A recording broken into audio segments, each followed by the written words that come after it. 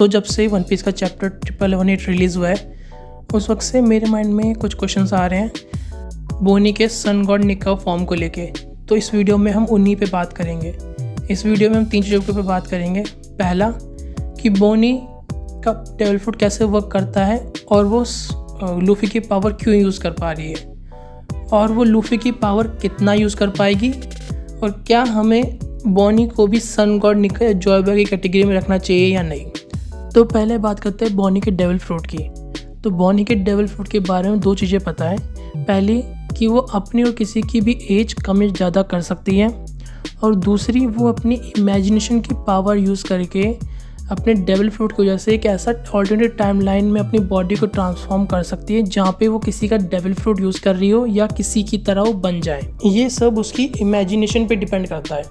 जैसे कि आपको याद होगा एक चैप्टर में बोनी वो बातें याद करती है जहाँ पे कुमा ने उसे सन गॉड निका के बारे में बताया होता है।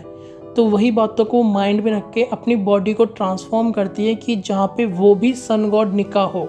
और क्योंकि उसे सन गॉड निका के बारे में ज़्यादा नहीं पता था और उसने उसे कभी देखा भी नहीं था, तो उसकी बॉडी पूरी तरह ट्रांसफॉर्म नहीं हुई सन गॉड निका में।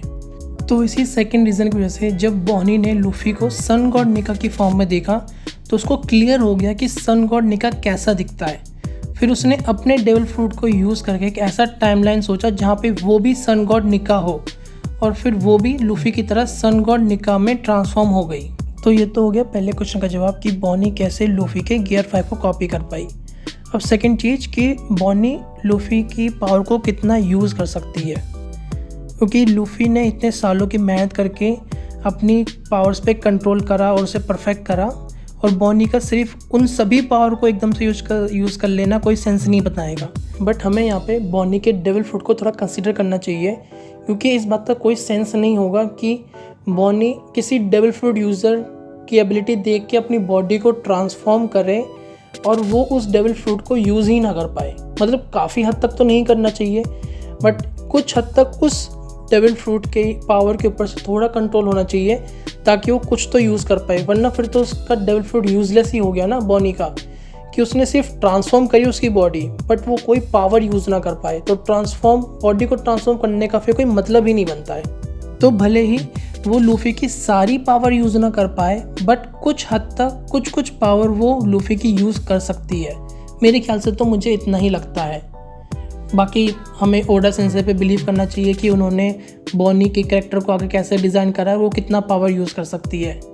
बट हाँ, एक चीज़ इसमें ज़रूर होगी कि वो लूफी का जो गियर 5 या सन गॉड निका की जो फॉर्म है वो बहुत टाइम तक नहीं होल्ड कर सकती, क्योंकि लूफी जब भी अपनी पावर यूज़ करता है उसे बहुत एनर्जी वेस्ट होती है, बहुत एनर्जी लगती है, और बोनी के पास अभी इतनी ट्रेनिंग नहीं है कि वो उस सन गॉड निका की फॉर्म को काफ़ी देर तक होल्ड कर पाए।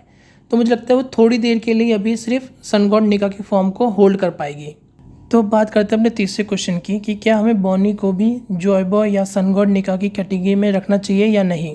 मेरे ख्याल से तो ये बहुत जल्दी होगा कि हम बोनी को सन गॉड निका या जॉय बॉय में कंसिडर करें, क्योंकि सबसे पहली चीज़ तो यही है कि बोनी के पास गम फ्रूट नहीं है। भले ही बोनी लूफी का गियर 5 कॉपी कर पा रही है, बट एक एक्चुअल फ्रूट खाना और सिर्फ उसकी एबिलिटी कॉपी करना बहुत डिफरेंस होता है उसमें। तो पहला पॉइंट तो यहीं क्लियर हो जाता है। और दूसरी चीज़ है कैरेक्टर, क्योंकि मुझे ऐसा लगता है लूफी का जॉय बॉय होना सिर्फ उसके डेविल फ्रूट पर डिपेंड नहीं करता, बट उसका जॉय बॉय होना कॉम्बिनेशन है उसके डेविल फ्रूट और उसके पर्सनैलिटी या कैरेक्टर का।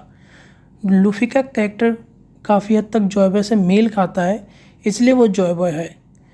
तो इसी चीज़ को कंसीडर करते हुए मैं ये कहूँगा कि बोनी के पास ना तो अभी डेविल फ्रूट है, ना ही उसका कैरेक्टर लूफी की तरह सिमिलर है, इसलिए बोनी को अभी से ही जॉय बॉय या सन गॉड निका कंसीडर कर लेना सही नहीं होगा। तो इस वीडियो को बस हम यहीं पे ख़त्म करते हैं। लास्ट में बस मैं ये कहना चाहूँगा कि ये सारी बातें मेरी अजम्पशन है। ओडा सेंसे जो भी लिख देंगे हमारे लिए तो भाई वही सच हो जाएगा। बाकी देखते हैं आने वाले चैप्टर्स में ओडा सेंसे इस स्टोरी को कैसे आगे कंटिन्यू करते हैं।